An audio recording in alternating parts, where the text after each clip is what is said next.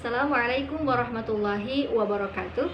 Hello, I am Nisa Lailatul Qodriyah, student of English Education Department UIN Sunan Bandung.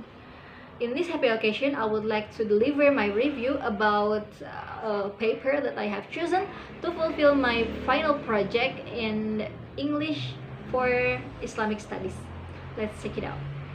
And the title of a paper is Bioethic and Islamic Values, Assisted Reproductive Technology in the Context of Indonesia. And the author are Maizer Said Nahdi and Eka Sulistiawati. Since assisted reproductive technology, or ART, or bioethical spread rapidly within the globalization, it became the major issue to discuss, especially among Muslim society.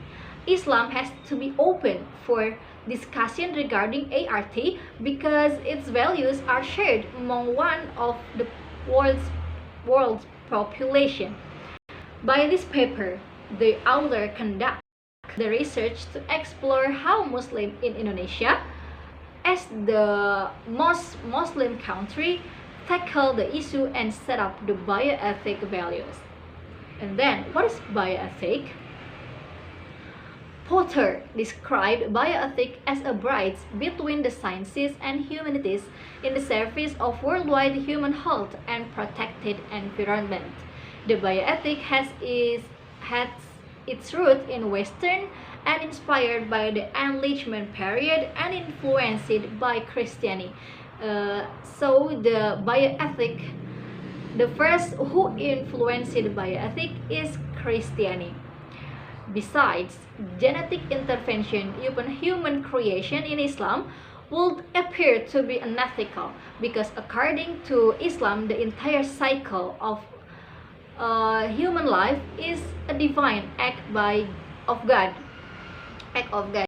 Walladhi yuhyi wa yumit wa ilaihi turja'un. He alone grants life and death, and unto him you all must return. Yunus 56. According to Anis, the human body is the God's property, not a human laboratory. I repeat, according to Anis, the human body is the God's property, not a human laboratory. The Holy Quran has a fundamental principle of ethics conveys the first, the nature of right and wrong, divine justice and power, moral freedom and responsibility. Uniquely, fatwas of ulama are not a sole ground for Islamic ethics. Hence, it also determines the diversity of Islamic ethics itself. For example, fatwas from Sunni madhab, fatwa from Sunni ulama Sunni, ulama of Sunni is exactly different with the ulama from Shia. In bioethic, assisted reproductive technology may help the wife and husband to produce a child. The example as bayi tabung or etc. In Islam, specifically, having a lot of children is encouraged to bring forward Islamic teaching and propagate the religion. Islam doesn't see infertility as a constraint for conception. Any attempts to cure infertility is allowed as long as they are within the boundaries of what is permissible by Allah. Therefore, many Muslim communities in Muslim majorities countries such as Egypt, Arabic, Turkey, Jordan, Qatar, and other countries believe that technological advances should be implemented to help cure infertility among married couples.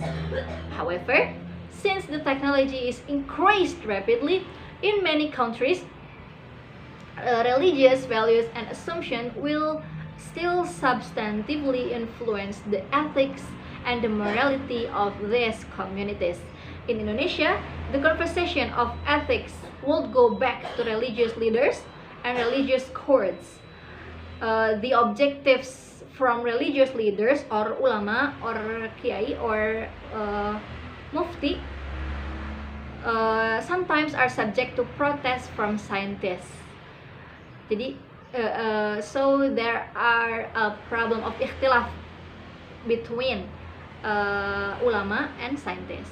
Scientists argue that religious leaders or ulama adjectives are only based on emotional stances without really seeing the content of the product itself. There are only 3 points that permitted treatments for infertility.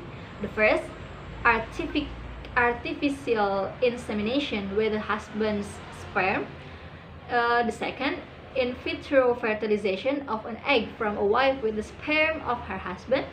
And the last, intracytoplasmic sperm injection or ICSI, in which the sperm of a husband is injected into the egg of his wife. The sperm is injected into the egg of the wife. Okay, that's my review.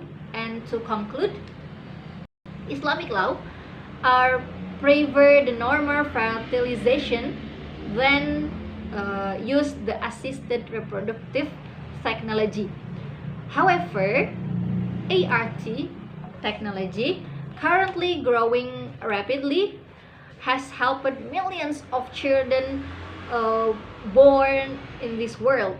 From several discussions, Majelis Ulama Indonesia make a decision that ART can be used as the final solution after any struggle of the couples for conducting the child. In the other hand, in this situation, ART prevent the divorce among the couples.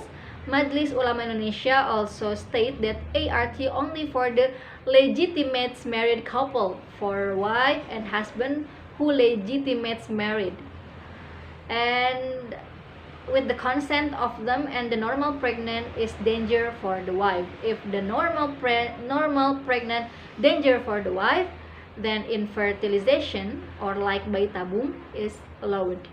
Besides, the conduct of ART helped by the female doctor as possible, should by the female doctor as possible.